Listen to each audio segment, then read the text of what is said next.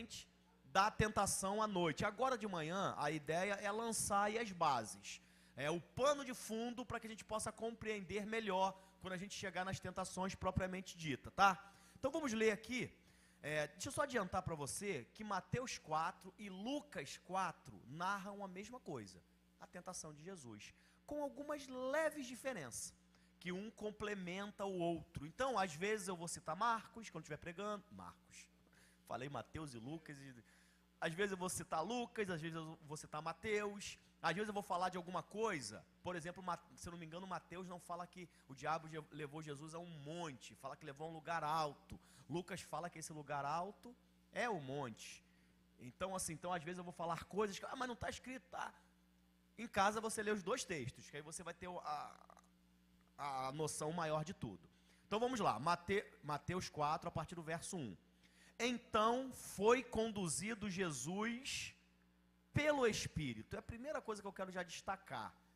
Quem conduziu Jesus? Quem estava guiando Jesus? Quem estava assumindo o controle de falar, vem filho? O Espírito Santo. Não foi uma coisa da cabeça de Jesus e não foi o diabo. Foi o Espírito Santo. Conduziu Jesus ao céu, ao paraíso. Conduziu Jesus aonde? Ao deserto. O Espírito Santo conduziu ao deserto. Para quê? Qual o objetivo? Para ser tentado, não por Deus, porque Deus não tenta ninguém e por ninguém é tentado. Ele foi para ser tentado pelo diabo. É como se o Espírito Santo estivesse dizendo, isso é uma coisa ruim, mas isso é importante para o seu ministério. Só uma parada. Vocês lembram o que acontece num capítulo antes? Lucas 4 fala da tentação de Jesus. Alguém lembra o que narra Lucas 3? Ninguém lembra? O malandro vai voltar uma página na Bíblia. Ninguém fez isso? Né, Carlei? O esperto volta uma página. O que fala? O batismo. Quando que começou o ministério de Jesus? No batismo. O batismo, ele selou, ele é o marco. Tanto é que quando Judas traz Jesus e se suicida e morre, e era necessário que se completasse os 12, eles falam, é necessário que dentre os que estão conosco, tenha participado desde o batismo até a sua ascensão. Ele pegou o ministério de Jesus. Não precisava ter conhecido Jesus criança, antes do batismo. Por quê? É necessário que ele conheça Jesus desde o início até o término de seu ministério. Então, o batismo marca o início. Então, Jesus, ele é batizado. Quando ele é batizado, vocês lembram o que acontece lá? Né? Aquele diálogo entre João Batista e Jesus. João Batista não sabia ainda exatamente, João Batista havia sido avisado que aquele do qual descesse o Espírito Santo seria ungido. João Batista está batizando as pessoas, de repente no meio do batismo, aquilo era comum para ele já tinha batizado muita gente, era meio que normal. A Bíblia fala que as pessoas vinham de todas as direções à procura de João para ser batizado. Então era normal vir pessoas que João não conhecia, dizendo, eu quero me arrepender, eu quero o batismo. Só que de repente, quando João está batizando, que ele levanta e fita os olhos numa pessoa vindo na direção dele, João tem alguma coisa que estremece dentro dele, que ele fala, meu Deus, chegou o encontro. Imagina João Batista. Foi algo muito forte dentro dele, apertou. Até é como se ele tivesse, dizem que a gente tem lembranças uterinas, né? Dizem isso de sons, o nenenzinho ouve a voz da mãe. Não sei se isso pode ser comprovado, mas vocês lembram que quando João Batista, pela primeira vez, se encontra com o Senhor Jesus, aonde os dois estavam? Na barriga. Um na barriga de Isabel, com aproximadamente 6 meses, e o outro ainda com pouco tempo na barriga de Maria. Quando Maria entra, vocês lembram o que acontece? Isabel fala, ele aqui dentro começou a se alvoroçar. É como se João Batista, dentro da barriga de Isabel, já tivesse percebendo que Jesus estava vindo ao encontro dele. 30 anos depois, tá João Batista batizando, quem veio ao encontro dele? Talvez, é claro que eu estou especulando, né, irmão? Só perguntando a ele. Talvez ele tenha sentido a mesma coisa. Porque a Isabel fala, o menino está cheio do Espírito Santo dentro da barriga. João Batista está cheio do Espírito Santo quando ele vê Jesus. E você já sabe a declaração que ele fala, né? Ele fala, que isso? Você tem que me batizar. Não, calma aí. Eu tenho que ser batizado por ti. E você vem a mim? Não está batendo. João, ele meio que parou tudo, né? Ele fala, eu batizo com água para arrependimento. Uma coisa comum, mas após mim virá um cujas sandálias eu não sou digno de desatar. Quem desatava a sandália das pessoas?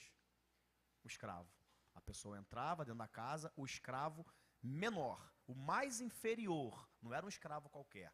Tinha escravos que tinham, de acordo com a hierarquia lá dos escravos, se é que eu posso falar assim, tinham tarefas diferentes. O escravo que tinha a tarefa pior era esse, era o menor. Era o que desatava as sandálias e lavava os pés de quem chegava. Aí ele fala, eu não sou digno de ser o pior dos seus escravos. Eu não sou digno de desatar a tua sandália. Esse sim, batizará com o Espírito Santo e com fogo. Aí aquele diálogo que a gente já sabe, João Batista tenta Jesus, João, tu já parece que Jesus foi um pouco ignorante, né? João, vamos fazer o que está escrito, mas é como se Jesus estivesse falando, João, você sabe exatamente, você conhece as Escrituras, você sabe exatamente que isso tem que acontecer, então vamos fazer o que tem que ser feito. Jesus não falou, João, você está errado, João, que isso, não é assim. Jesus não foi um falso humilde, dizendo, João, que nada. Não, tu está certo, João. É exatamente isso. É exatamente, você batiza com água, eu batizo com o Espírito Santo. De fato, você não é digno de... Tudo isso que você falou é verdade, mas vamos cumprir as Escrituras, só para mostrar que o certo é o certo. Aí vem, quando acontece aquilo, a gente sabe que Jesus é batizado, e eu quero que vocês guardem essa informação para a noite. Quando Jesus é levantado, acontecem duas coisas extraordinárias. A segunda mais ainda. A primeira já foi extraordinária, mas se alguém não tivesse percebendo, qual foi a primeira? O Espírito Santo desce em forma corpórea de uma pomba e repousa sobre Jesus. Aquele foi o sinal para João.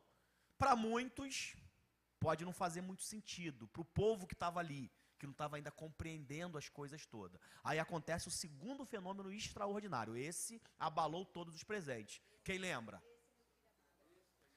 Literalmente vem uma voz do céu, não foi igual a do Paulo, que Jesus falou com ele, Saulo, Saulo, aquilo foi uma experiência espiritual.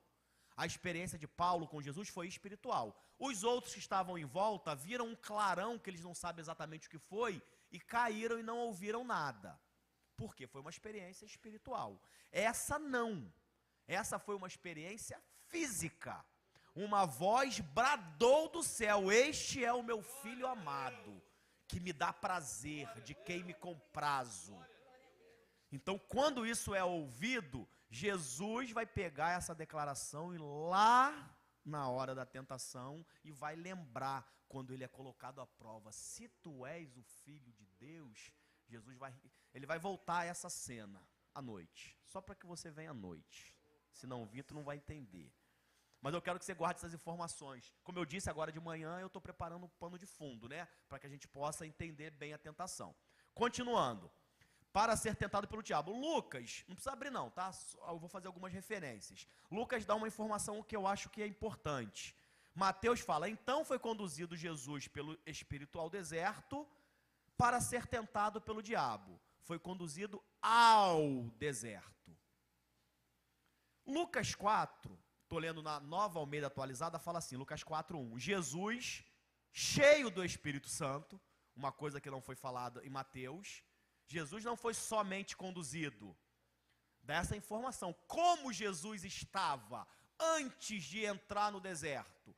Lembrando que ele não pisou lá no primeiro dia e foi tentado. A Bíblia fala que ele foi conduzido para o deserto e depois de ter jejuado por 40 dias e 40 noites, então ele foi conduzido para o deserto.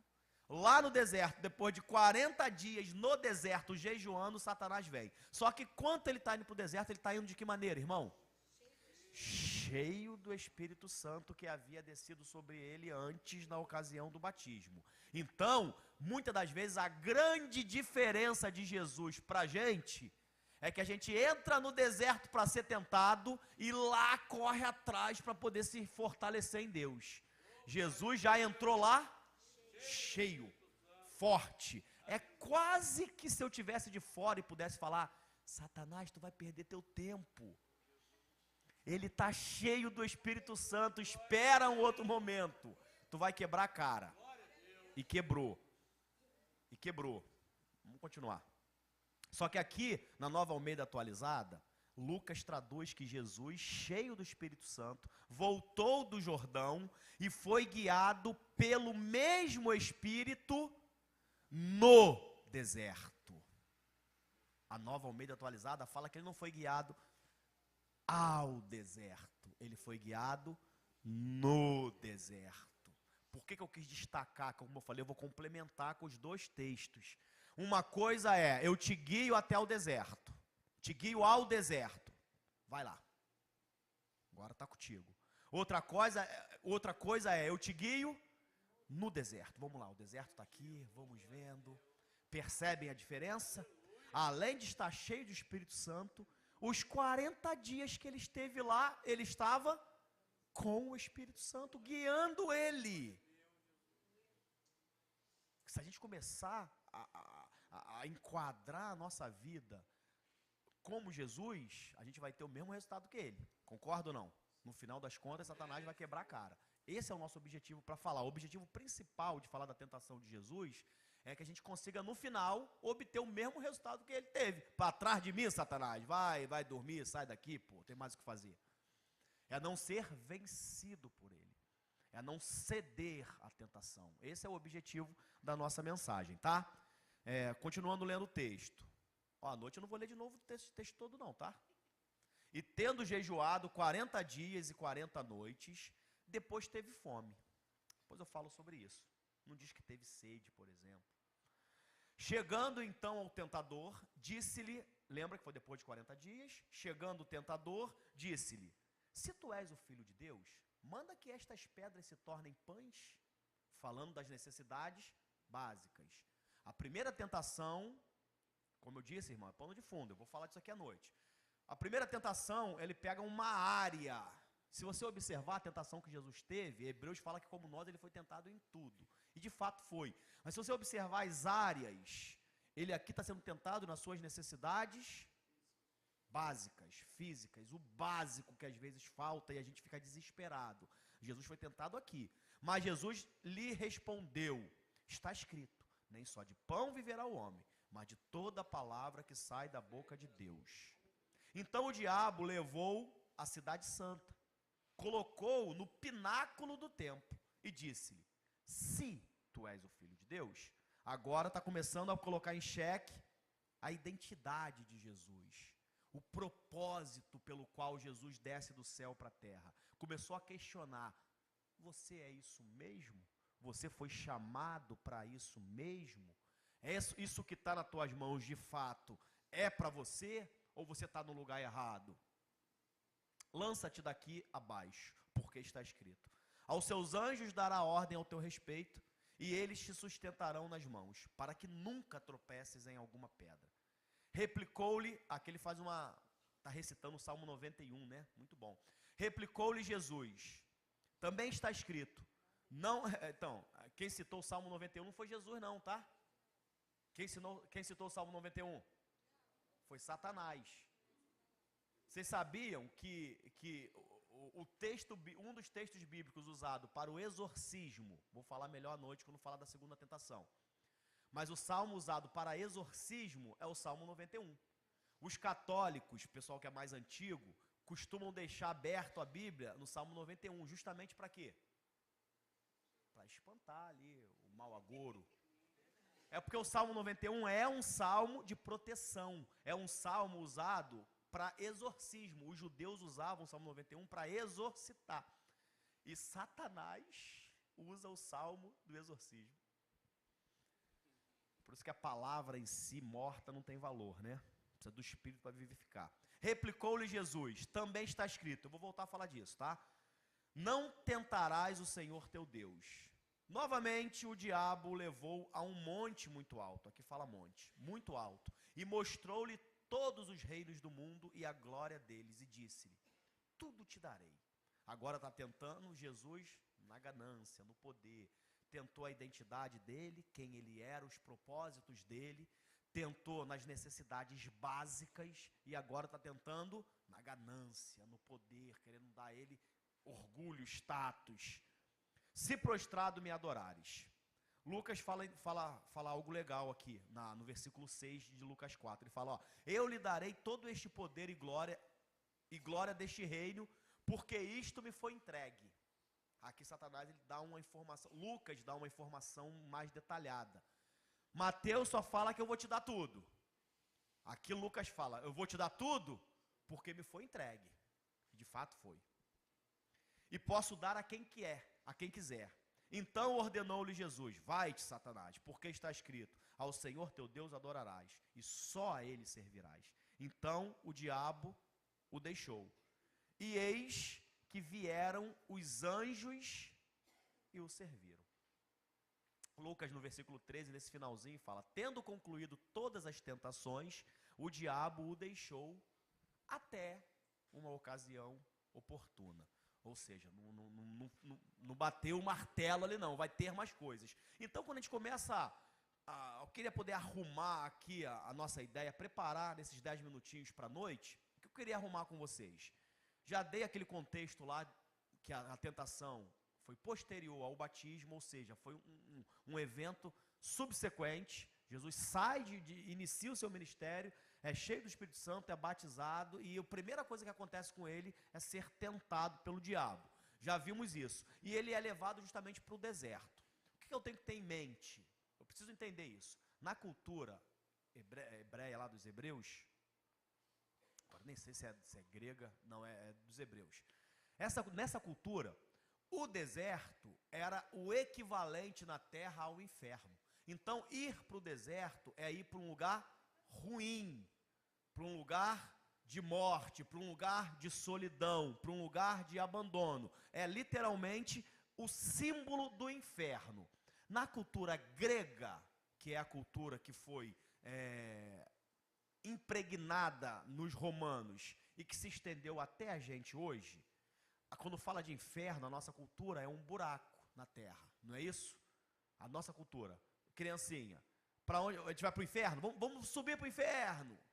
Não, a gente vai descer. E qual é a ideia? Qual é a imagem que se tem do inferno na nossa cultura? Né? É um fosso, é um buraco, é um lago, né? As crianças, quando era muito criancinha que faziam um buraco, a mãe ameaçava, continua fazendo um buraco fundo que vai chegar no inferno. Já ouvi isso. Então, essa é a nossa cultura. A cultura deles não tem esse contexto de buraco, de fundo. Na cultura dos hebreus, o inferno é ir para o deserto. Lembra de que uma das formas, apontando para Jesus, uma das formas do perdão do pecado, do sacrifício para o perdão do pecado, Deus mandou Moisés dar a seguinte ordem. Eu não vou ler porque não tem tempo, tá? A ordem era o seguinte, você separa 2 bodes. Um bode você ia sacrificar e você ia pegar o sangue dele e apresentar a Deus como sacrifício pelo perdão dos pecados. O outro bode, você colocaria a mão sobre a cabeça dele, transferiria o pecado do povo sobre o segundo bode. Aí alguém lembra o que era feito com esse segundo bode? Mandava correr para o deserto. Então você pegava sacrificava, o sangue dele aspergia, queimava, Senhor, sacrifício pelo perdão do pecado. O outro vai sofrer com os pecados lá no inferno. Aí aonde é o inferno? Deserto. Então esse era o contexto. E Jesus era qual dos dois bodes? Qual dos dois tipificava? Pô, Léo, tá acertando tudo, Léo. Na verdade, Jesus era os dois bodes. Jesus na cruz do Calvário, ele morre, o sangue dele é apresentado a Deus como um sacrifício, o pecado do povo vai sobre ele e ele vai no inferno lá. Por isso que ele fala, por isso que chegando lá, ele crava lá, acabou a dívida de pecado que estava sobre eles. Então Jesus é tanto o que sobe a Deus, como é o que vai para o inferno no nosso lugar. Jesus é os dois. Então, essa era a ideia, é isso que eu tenho que ter na minha mente, quando eu começo a olhar a tentação de Jesus, que eles vão para o deserto, e o deserto era esse lugar. A definição de deserto é um lugar desabitado, é um lugar despovoado, é uma região árida, com vegetação pobre, adaptada à escassez de chuva, é um lugar solitário, é um lugar pouco frequentado, é um lugar de solidão, é um lugar de tristeza. Sempre que a gente fala deserto, na cultura bíblica, além dessa cultura que eu falei de simbolizar o inferno, o deserto é um lugar ruim, é um lugar que as pessoas não querem passar, é um lugar que as pessoas não querem frequentar. Mas à noite a gente vai esmiuçar isso de forma melhor. Mas sabe qual que é o mais legal de tudo isso? É que o próprio Espírito Santo leva Jesus para o deserto. Em contrapartida, se o deserto fala de inferno, quando a gente fala da presença de Deus, qual que é a representação física? A gente olha para o alto, né?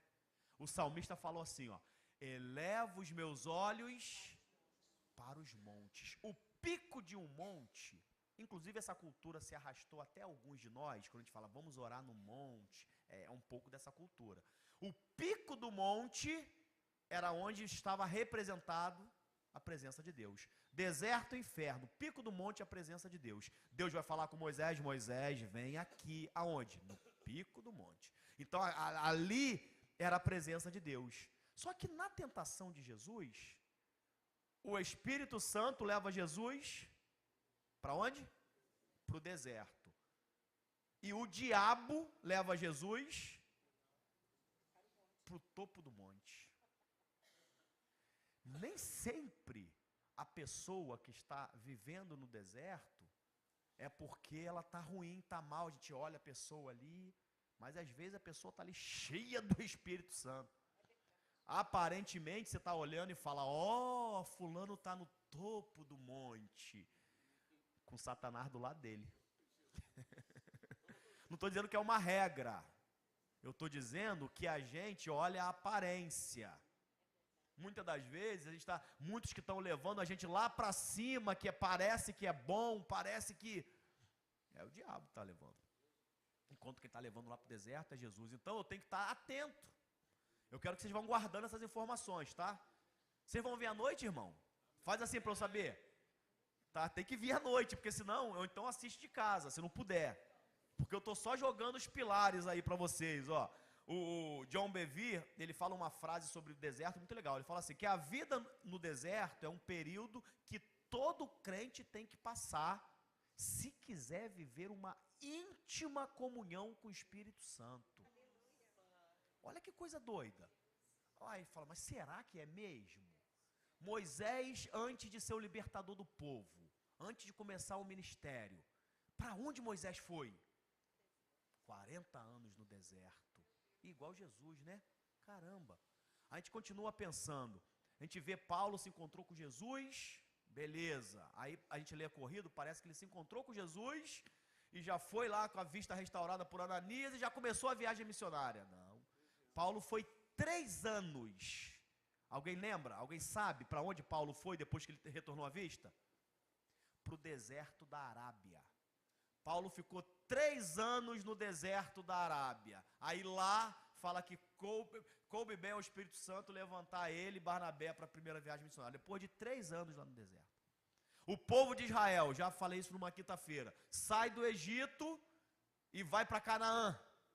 Não. Sai do Egito, primeiro passa pelo deserto. Então a gente começa a perceber, antes de Moisés libertar o povo, passou pelo deserto. Antes de Paulo fazer a primeira viagem missionária, passou pelo deserto.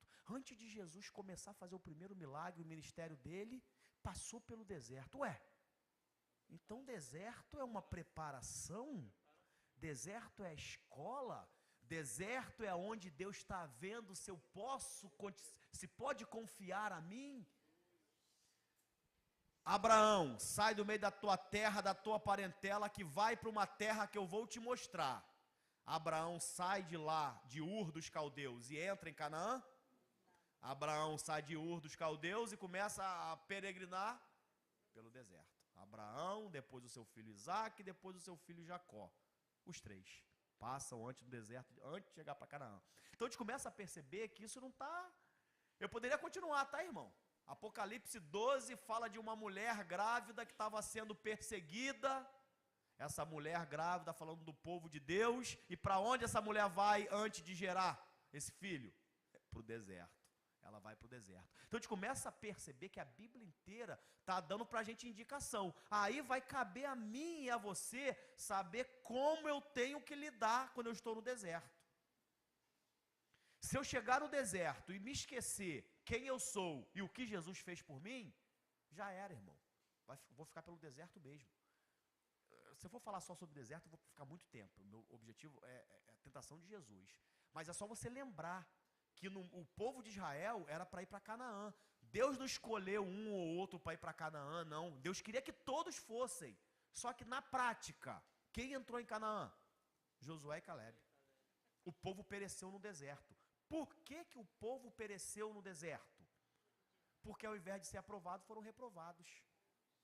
Se eles fossem aprovados, ia entrar 100% em Canaã. E digo mais, não ia ficar 40 anos lá, ia ficar ali muito menos tempo que isso. Então, já que o deserto é um lugar de preparação, que o Carlinhos falou, já que é isso, o tempo que eu fico no deserto vai depender de quem? Da gente. Quanto mais rápido eu aprender, quanto mais rápido, mais eu saio do bendito deserto. Tá a dica aí, irmão. Depende de você. Exatamente. Estando no deserto, não esqueça o que Deus fez por você. Estou abandonado. Cantamos aqui a presença do Senhor, doce presença, há um doce Espírito aqui. Falamos sobre a presença do Senhor. A gente entra no deserto, esquece. Aqui com a ceia na mão, a gente fala, eis que estarei convosco todos os dias, até a consumação do século. Aí falo alto, com a voz alta, aí todo mundo, Aí quando entra no deserto, esquece que ele disse que estaria conosco todos os dias, até a consumação do século. Salmo 23, o Senhor é meu pastor, nada me faltará, lá no finalzinho, ainda que eu andasse pelo vale da sombra da morte, não temerei mal algum, porque tu estás comigo. Aí eu entro no deserto e falo, no vale da sombra da morte ele está, mas no deserto não está. Ué, não faz sentido. Então quando a gente esquece o que Deus fez pela gente, estamos fadados a ficar no deserto, não sair de lá. Então a gente tem que estar ligado nisso. 56, vou chamar os músicos, e eu vou continuar esse pano de fundo à noite, e vou entrar no quente. O quente é quente, irmão. É o deserto, né? Amém, glória a Deus, é isso. Amém. Dá para avançar. Amém, glória a Deus. Vamos orar antes, pode mesmo, enquanto os músicos estão vindo, curva sua cabeça. Eu sei que eu só iniciei, vou terminar a noite, mas já é o suficiente para que você possa falar, Senhor, eu quero ser aprovado. Eu não quero perecer no deserto, não. Eu quero sair e eu vi o diabo com raiva, igual saiu lá de perto de Jesus. E o diabo saiu até a ocasião oportuna. Fala, isso aí mesmo, pode sair. Para trás de mim. Cláudio Marques, ele está com câncer. Vamos orar por ele. Vamos orar também pela Dulce.